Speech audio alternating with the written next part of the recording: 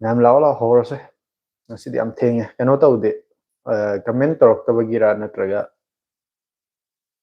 ꯌꯥꯗ꯭ꯔꯕ ꯖꯥꯠꯂꯥ ꯑꯃꯨꯛ ꯀꯃꯦꯟ ꯎꯗ꯭ꯔꯤꯁꯦ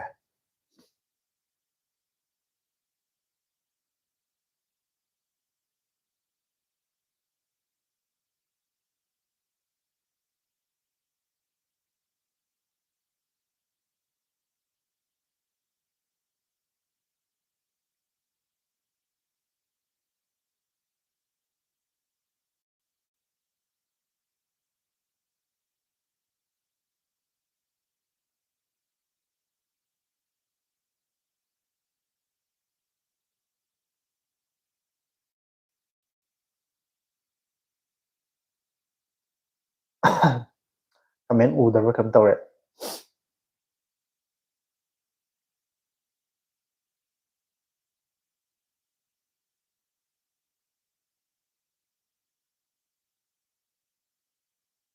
ꯑꯩꯉꯣꯟꯗ ꯀꯃꯦꯟ ꯑꯝꯇ ꯊꯣꯛꯇ꯭ꯔꯦ ꯀꯃꯦꯟ ꯇꯧꯗꯕꯒꯤ ꯑꯣꯏꯔꯝꯕꯕꯨꯗꯤ ꯌꯥꯏ ꯑꯗꯨꯕꯨ ꯀꯃꯦꯟ ꯑꯝꯇ ꯂꯥꯛꯇ꯭ꯔꯤꯁꯦ ꯀꯩꯒꯤꯅꯣ ꯌꯥꯗ꯭ꯔꯕ꯭ꯔꯥ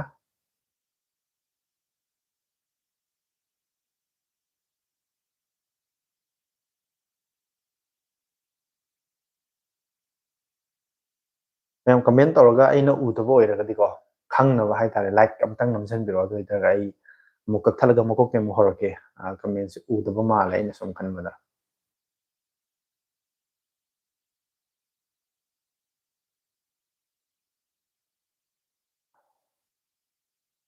ꯑꯣꯀꯦ ꯑꯣꯀꯦ ꯌꯥꯔꯦ ꯀꯃꯦꯟ ꯇꯧꯗꯕꯒꯤ ꯑꯣꯏꯔꯦ ꯑꯊꯧꯕ ꯂꯥꯛꯑꯦ ꯑꯊꯧꯕ ꯒꯨꯗ ꯏꯚꯤꯅꯤꯡ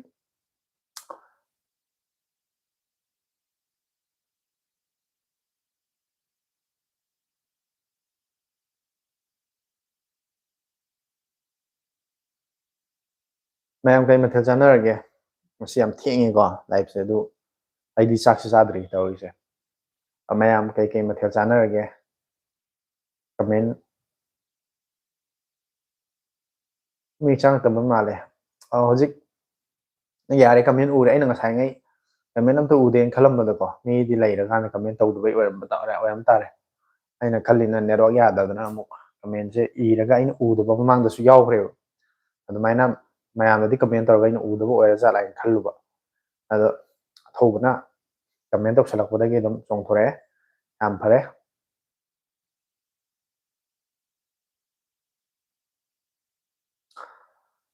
ꯂꯥꯛꯁꯜꯂꯣ ꯂꯥꯛꯁꯜꯂꯣ ꯍꯧꯔꯁꯦ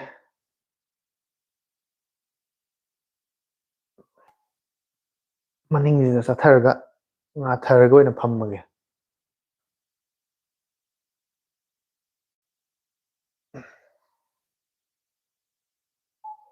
ꯁꯨꯃꯥꯏꯅ ꯑꯣꯏꯅ ꯒ꯭ꯌꯥꯟ ꯇꯥꯅ ꯐꯝꯕꯅ ꯐꯔꯦ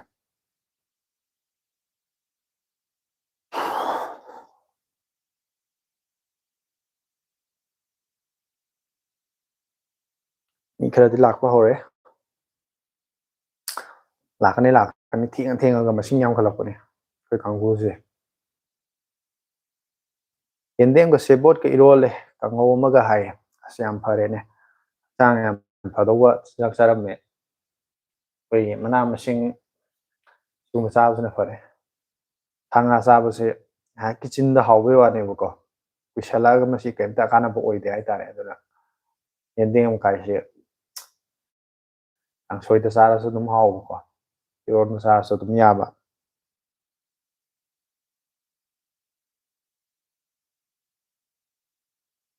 ꯊꯦꯡꯉꯦ ꯉꯁꯤꯗꯤ ꯃꯥꯅꯦ ꯍꯣꯂꯦꯟ ꯌꯥꯝ ꯊꯦꯡꯉꯦ ꯉꯁꯤ ꯍꯧꯕꯇ ꯉꯥꯏꯔꯤ ꯍꯧꯖꯤꯛ ꯃꯤꯅꯤꯠ 5 ꯐꯥꯗ꯭ꯔꯤ ꯍꯧꯕ ꯃꯤꯅꯤꯠ 5 ꯇꯔꯨꯛꯇ ꯐꯥꯔꯤ ꯍꯧꯕ ꯉꯁꯤ ꯌꯥꯝ ꯊꯦꯡꯉꯦ ꯑꯩꯁꯨ ꯌꯥꯝ ꯉꯟꯅꯗꯤ ꯊꯥꯅꯤꯡꯕꯅꯦ ꯉꯁꯤꯁꯦ ꯑꯗꯣ ꯊꯕꯛꯁꯦ ꯀꯔꯝ ꯀꯥꯟ ꯂꯣꯏꯗꯣꯏꯅꯣꯅ ꯁꯨꯝ ꯍꯣꯠꯅꯕꯗ ꯂꯣꯏꯁꯤꯜꯂꯛꯄ ꯅꯥꯏꯔꯛꯄꯗꯒꯤ ꯊꯦꯡꯖꯤꯜꯂꯁꯨ ꯊꯦꯡꯅ ꯊꯥꯖꯤꯜꯂꯛꯏꯅꯦ ꯏꯔꯨꯖ ꯂꯣꯏꯕꯇ ꯉꯥꯏꯔꯤ ꯁꯝꯒꯁꯦ ꯆꯣꯠꯂꯦ ꯍꯥꯏꯇꯥꯔꯦ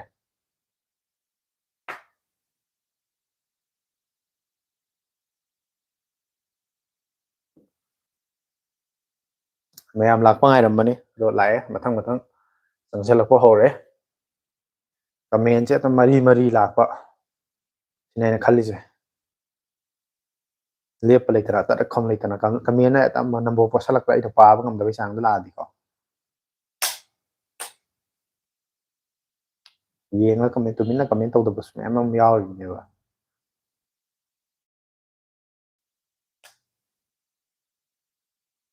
लाइक का व्यूज का मानहन को मैम हाई माने मानहनगदबने मसी यामना फबा वहाई कनोनी अइना हाइबा ngamdana लेरंबा पोर अमा थौबना हाइरेबसे यम फै ai mo chilaga thobana hai se मैमना उबीरगदी लाइक ते त नमजनबा लाइक ते त कित नमजनबा लाइक खुबी अमम तौसी हाइरी माने तौगदमने होलेन खुबी अमम तंग थागलकदबने मैम येंगिबा मी मंगा तेंगासु खुबी मंगा थांगलकपा याइदनको वा हाइबा तल्लसु कमेंट तौ तल्लसु खुबी अमम दि थांगलकपा याइबा खुबी अमम थांगलकपा येंगागे मी मसिंग जाम वाली खुबी थांगलकदबा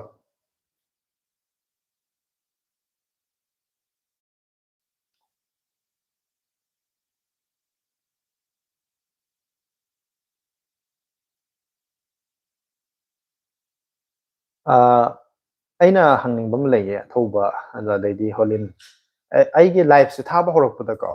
ꯅꯣꯇꯤꯐꯤꯀꯦꯁꯟ ꯂꯥꯛꯄꯒꯤ ꯆꯪꯉꯛꯏꯔꯥ ꯅꯠꯇ꯭ꯔꯒ ꯑꯗꯨꯝ ꯌꯨꯇ꯭ꯌꯨꯕꯇ ꯂꯩꯔꯝꯕꯗꯒꯤ ꯑꯗꯨꯝ ꯕ꯭ꯔꯥꯎꯁ ꯇꯧꯕꯗ ꯊꯦꯡꯅꯔꯀꯥꯟꯗ ꯆꯪꯉꯛꯏꯔꯥ ꯑꯩꯅ ꯂꯥꯏꯐꯁꯦ ꯊꯥꯕ ꯍꯧꯔꯛꯑꯦ ꯅꯣꯇꯤꯐꯤꯀꯦꯁꯟ ꯆꯠꯄ꯭ꯔꯥ ꯆꯠꯇꯕ꯭ꯔꯥ ꯁꯤꯅ ꯑꯩꯅ ꯈꯪꯅꯤꯡꯉꯤꯁꯦ ꯃꯌꯥꯝꯗ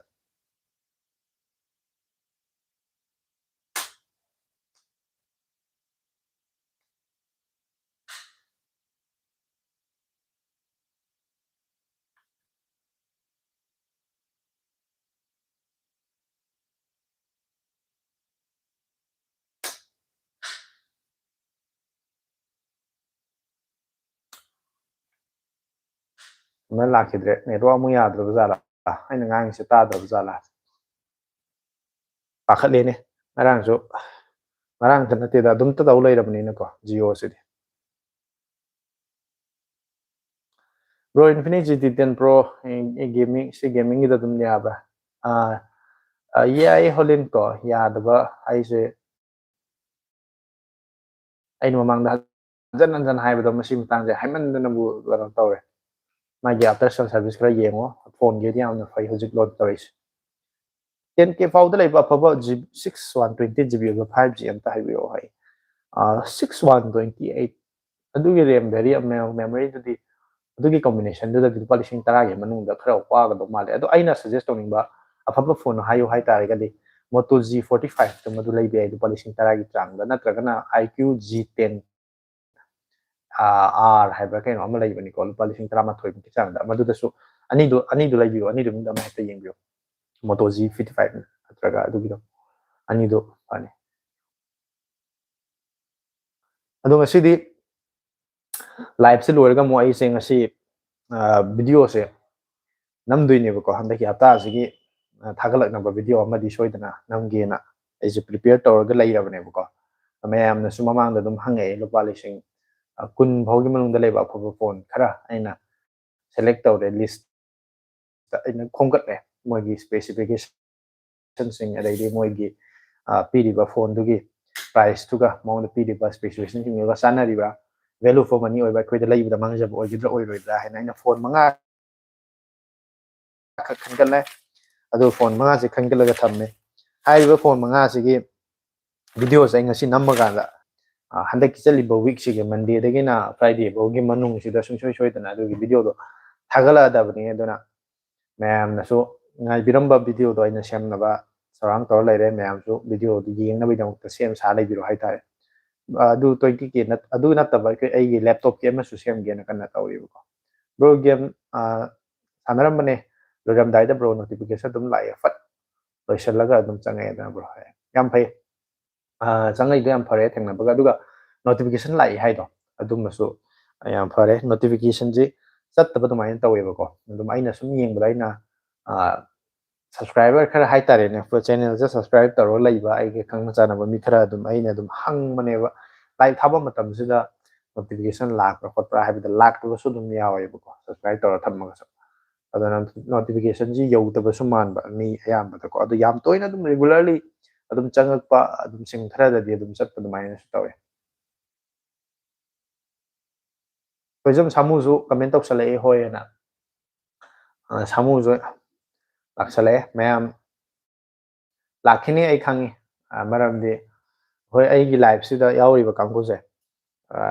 thenga ga masing adum yam galak pane ba ko mayam su dum thenga rangoni masing ji thenga yam galak pa taw subscriber ꯑꯇꯩꯒꯤꯗꯤ ꯈꯪꯖꯗ꯭ꯔꯦ ꯑꯩꯒꯤ ꯑꯣꯏꯅꯗꯤ ꯑꯗꯨꯝ ꯂꯥꯛꯑꯦ ꯌꯥꯝ ꯐꯔꯦ ꯂꯣ ꯑꯊꯧꯕꯒꯤꯗꯣ ꯅꯣꯇꯤꯐꯤꯀꯦꯁꯟ ꯂꯥꯛꯑꯦ ꯍꯥꯏꯗꯣꯀꯣ ꯅꯣꯇꯤꯐꯤꯀꯦꯁꯟ ꯂꯥꯛꯇꯕ ꯃꯤ ꯃꯌꯥꯝ ꯑꯃ ꯌꯥꯎꯋꯦ ꯑꯗꯨꯅ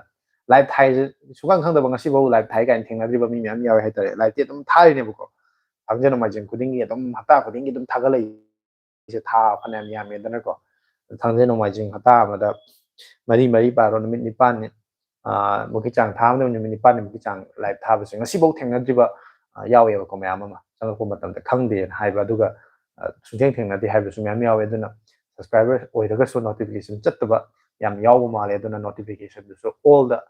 ꯁꯕꯁꯀ꯭राꯏꯕ ꯇꯧꯕ ꯈꯛꯇ ꯅꯠꯇꯅ ꯅꯣꯇꯤꯐꯤꯀꯦꯁꯟ ꯕꯦꯜꯗꯨꯁꯨ ꯑꯣꯜꯗ ꯊꯝ ꯇꯥꯔꯒꯗꯤ ꯅꯣꯇꯤꯐꯤꯀꯦꯁꯟꯁꯦ ꯂꯥꯛꯄꯅꯦꯕ ꯊꯝꯃꯒꯁꯨ ꯆꯠꯇꯕꯁꯨ ꯑꯗꯨꯝ ꯌꯥꯎꯕꯗꯤ ꯌꯥꯎꯋꯦ ꯃꯁꯤꯗꯤ ꯑꯩꯈꯣꯏꯅ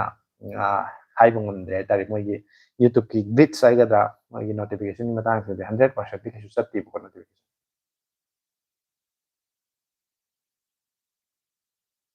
ꯑꯗꯨ ꯃꯌꯥꯝꯁꯦ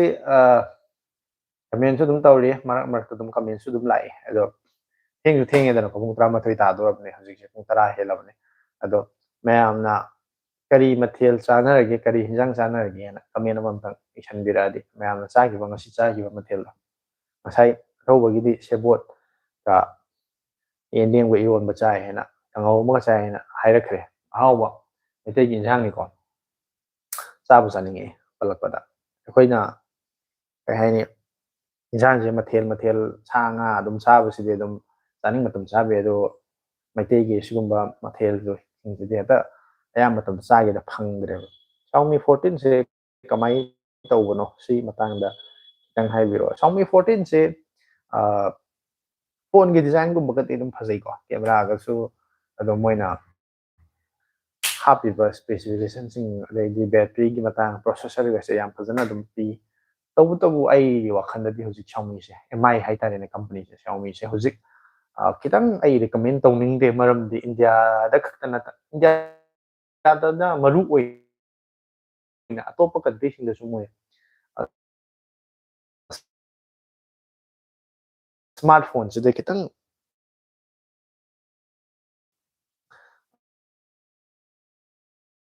ꯐꯣꯀꯁ ꯇꯧꯕꯁꯦ ꯈꯔ ꯋꯥꯠꯂꯦ ꯃꯣꯏꯁꯦ ꯆꯥꯏꯅꯥꯗ ꯑꯇꯣꯞꯄ ꯒꯦꯖꯦꯠꯁꯤꯡꯗ ꯇꯦꯛꯀꯤ ꯑꯣꯏꯕ ꯒꯦꯖꯦꯠꯁꯤꯡ ꯑꯇꯣꯞꯄꯗꯤ ꯌꯥꯝ ꯐꯖꯅ ꯃꯣꯏ ꯂꯣꯟꯆ ꯇꯧꯔꯤ ꯃꯈꯜ ꯁꯨꯅꯕꯀꯣ ꯑꯦꯄ꯭ꯂꯥꯏꯌꯦꯟꯁ ꯃꯌꯥꯝ ꯑꯃꯒ ꯂꯣꯟꯆ ꯇꯧꯔꯤ ꯑꯗꯣ ꯏꯟꯗꯤꯌꯥꯗ ꯈꯤꯇꯪ ꯁ꯭ꯃꯥꯔꯠ ꯐꯣꯟꯒꯤ ꯐꯣꯀꯁꯁꯦ ꯈꯤꯇꯪ ꯍꯟꯊꯔꯦ ꯃꯃꯥꯡꯉꯩꯗ ꯁ꯭ꯃꯥꯔꯠ ꯐꯣꯟ ꯅꯧꯅ ꯏꯟꯗꯤꯌꯥꯗ ꯌꯥꯝ ꯀꯟꯅ MIꯒꯤ ꯌꯥꯝ ꯀꯟꯅ ꯆꯠꯂꯤꯉꯩ ꯃꯇꯝꯗꯨꯗ ꯃꯣꯏꯒꯤ ꯒ꯭ꯂꯣꯕal ꯍꯦꯗꯀ ꯑꯣꯏꯔꯝꯕ ꯏꯟꯗꯤꯌꯥꯒꯤ ꯍꯦꯗꯀ ꯑꯣꯏꯔꯝꯕ ꯃꯅꯨ ꯖꯦꯟ ꯍꯥꯏꯅ ꯅꯨꯄꯥ ꯑꯃ ꯃꯔꯨ ꯀꯣꯛꯄ ꯅꯨꯄꯥ ꯑꯃ ꯂꯩꯔꯝꯕꯗꯣ ꯃꯌꯥꯝ ꯈꯪꯍꯧꯕ꯭ꯔꯥ ꯃꯥꯅ ꯂꯩꯔꯤꯉꯩ ꯃꯇꯝꯗꯗꯤ MIꯁꯤ ꯌꯥꯝ ꯐꯖꯅ ꯏꯟꯗꯤꯌꯥꯗ ꯔꯤꯁꯔꯁꯀ ꯇꯧꯗꯅ R&D ꯇꯧꯗꯅ ꯐꯣꯟꯁꯦ ꯌꯥꯝ ꯑꯐꯕ ꯚꯦꯂꯨ ꯄꯦꯛ ꯍꯥꯏꯇꯥꯔꯦꯅꯦꯀꯣ ꯃꯃꯜꯒ ꯑꯗꯨꯒꯨꯝꯕ ꯄꯣꯠ ꯌꯥꯝ ꯂꯣꯟꯆ ꯇꯧꯔꯝꯃꯤ ꯍꯧꯖꯤꯛꯇꯤ R&Dꯁꯨ ꯇꯧꯗ꯭ꯔꯦ ꯑꯗꯩꯗꯤ ꯍꯥꯏꯄꯔ OSꯁꯤꯁꯨ ꯌꯥꯝ ꯕꯛꯁ ꯂꯩꯕ ꯈꯣꯠꯄꯒꯤ ꯃꯌꯥꯝꯅ ꯀꯝꯄ꯭ꯂꯦꯟ ꯌꯥꯝ ꯂꯩꯌꯦꯕ ꯍꯧꯖꯤꯛꯁꯦꯀꯣ ꯃꯃꯜ ꯑꯍꯣꯡꯕ ꯐꯣꯟꯗꯤ ꯑꯣꯏꯗ꯭ꯔꯦ ꯑꯗꯨꯝ ꯑꯌꯥꯝꯕ ꯃꯃꯜ ꯌꯥꯝ ꯑꯩꯗꯤ ꯈꯔ ꯀꯩꯅꯣ ꯇꯧꯗꯧ ꯃꯥꯜꯂꯦ ꯍꯧꯖꯤꯛꯀꯤ ꯑꯣꯏꯅꯗꯤ ꯁꯦꯝꯁꯪꯒꯨꯝꯕ ꯋꯥꯟ ꯄ꯭ꯂꯁꯀꯨꯝꯕ ꯑꯥꯏꯀꯨꯒꯨꯝꯕꯀꯣ ꯑꯥꯏꯀꯨꯗꯤ ꯌꯥꯝ ꯐꯖꯅ ꯍꯧꯖꯤꯛꯁꯦ ꯏꯃꯔꯁ ꯇꯧꯈꯠꯂꯛꯏꯕ ꯍꯥꯏꯇꯥꯔꯦ ꯑꯗꯨꯝꯕ ꯀꯝꯄꯅꯤ ꯑꯃ ꯑꯣꯏꯔꯤ ꯑꯗꯣ ꯑꯥꯏꯐꯣꯟꯒꯨꯝꯕꯗꯤ ꯑꯗꯨꯝ ꯃꯌꯥꯝꯅ ꯑꯦꯐꯣꯔꯠ ꯇꯧꯕ ꯉꯝꯃꯒꯗꯤ ꯑꯗꯨꯝ ꯐ ꯂꯩꯔꯦ ꯁꯤ ꯈꯪꯅꯔꯦꯗꯀꯣ ꯅꯊꯤꯡ ꯐꯣꯟ ꯇꯨꯁꯤ ꯕ꯭ꯔꯣ ꯌꯨꯁ ꯅꯊꯤꯡ ꯐꯣꯟ ꯇꯨ ꯑꯍꯥꯟꯕ ꯂꯣꯟꯆ ꯇꯧꯕ ꯃꯇꯝꯗꯗꯤ ꯑꯩꯅ ꯈꯟꯕꯗ 30,000 ꯃꯨꯛꯀꯤ ꯃꯌꯥꯗ ꯂꯣꯟꯆ ꯇꯧꯈꯤ ꯃꯥꯜꯂꯦ ꯑꯗꯣ ꯌꯨꯁꯇ ꯑꯣꯏꯔꯒꯗꯤ ꯂꯨꯄꯥ ꯂꯩꯒꯤꯅꯤ ꯍꯥꯏꯁꯦ ꯑꯩꯗꯤ ꯀꯥꯡꯁꯣꯏ ꯆꯥꯏ ꯕ꯭ꯔꯣꯗꯤ ꯍꯥꯏꯌꯦ ꯁꯥꯃꯨ ꯑꯩꯗꯤ ꯆꯥꯗ꯭ꯔꯤ ꯀꯥꯡꯁꯣꯏ ꯌꯥꯝ ꯍꯥꯎꯕ ꯃꯌꯥꯝꯅꯗꯤ ꯀꯩꯁꯨ ꯂꯩ ꯄꯣꯛꯄ ꯑꯣꯏꯔꯝꯕꯁꯨ ꯌꯥꯏꯀꯣ ꯑꯇꯣꯞꯄ ꯃꯍꯥꯎ ꯍꯥꯏꯇꯥꯔꯦ ꯑꯗꯨꯒ ꯄꯥꯝꯃꯦ ꯍꯥꯏꯇꯥꯔꯦ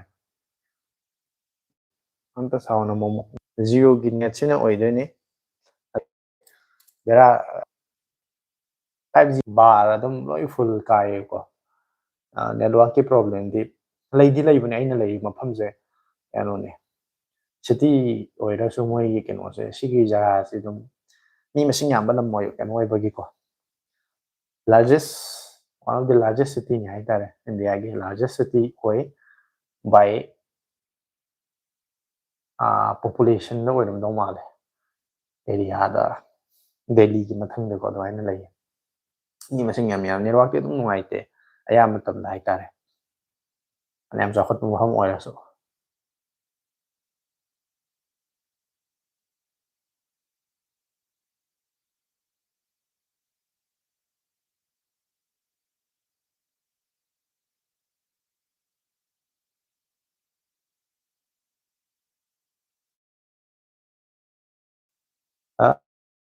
ꯑꯊꯧꯕ ꯍꯣꯂꯦꯟ ꯅꯦꯠꯋꯥꯛꯁꯦ ꯈꯔ ꯌꯥꯔꯛꯄ ꯃꯥꯜꯂꯦ ꯑꯩꯅ ꯉꯥꯡꯉꯤꯁꯦ ꯃꯌꯦꯛ ꯁꯦꯡꯅ ꯇꯥꯔꯒꯗꯤ ꯀꯃꯦꯟ ꯑꯃꯇꯪ ꯇꯧꯁꯟꯕꯤꯔꯛꯑꯗꯤ ꯌꯥꯝ ꯅꯨꯡꯉꯥꯏ ꯑꯩꯅ ꯉꯥꯡꯉꯤꯁꯦ ꯇꯥꯏ ꯅꯠꯇ꯭ꯔꯥ ꯇꯥꯗꯦ ꯍꯥꯏꯅ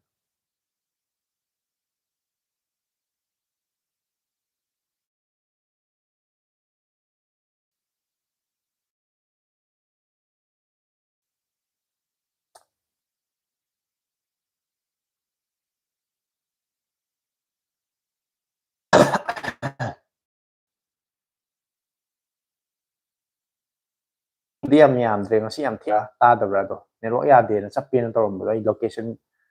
ꯃꯐꯝꯁꯦ ꯐꯝꯃꯤꯕ ꯖꯒꯥꯁꯦ ꯍꯣꯡꯗꯣꯛꯑꯦ ꯈꯤꯇꯪ ꯅꯦꯠꯋꯥꯛꯁꯦ ꯄ꯭ꯔꯣꯕ꯭ꯂꯦꯝ ꯂꯩꯇꯕ꯭ꯔꯥꯗꯤ ꯈꯜꯂꯦ ꯑꯗꯨ ꯂꯩꯔꯒꯗꯤ ꯇꯥꯗ꯭ꯔꯒꯗꯤ ꯃꯌꯦꯛ ꯁꯦꯡꯅ ꯇꯥꯗ ꯆꯠꯄ ꯈꯣꯠꯄ ꯇꯧꯔꯒꯗꯤ ꯀꯃꯦꯟ ꯑꯝꯇꯪ ꯇꯧꯁꯟꯕꯤꯔꯛꯑꯣ ꯈꯪꯉꯒꯗꯤ ꯑꯩꯅ ꯍꯥꯏꯔꯤꯕꯁꯦ ꯂꯧꯁꯟꯕ ꯉꯝꯃꯒꯗꯤ ꯍꯥꯏꯗꯤ ꯅꯦꯠꯋꯥꯛ ꯆꯠꯄꯒꯤ ꯃꯇꯝ ꯃꯇꯝ ꯇꯧꯔꯒ ꯀꯩ ꯍꯥꯏꯅꯣ ꯒ꯭ꯌꯥꯟ ꯇꯥꯗꯕꯁꯨ ꯂꯩꯕꯅꯦꯕꯀꯣ ꯑꯗꯨꯃꯥꯏꯅ ꯇꯧꯔꯤꯕ꯭ꯔꯥ ꯀꯃꯥꯏꯅ ꯇꯧꯔꯤꯅꯣ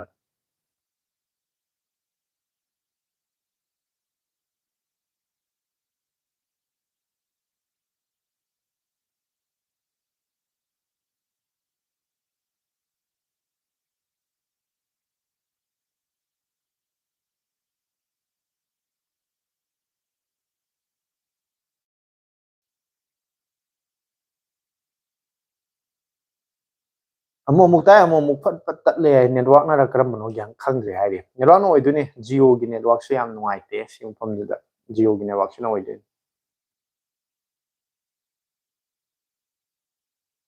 ꯇꯠꯂꯤ ꯇꯠꯂꯤ ꯇꯧꯔꯤ ꯍꯥꯏꯔꯤꯅꯦ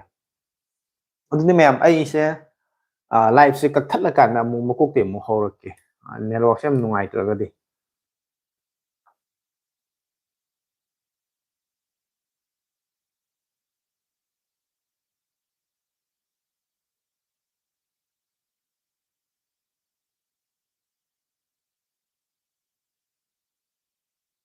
ꯕ꯭ꯔꯣ ꯏꯟꯗꯤꯌꯥꯟ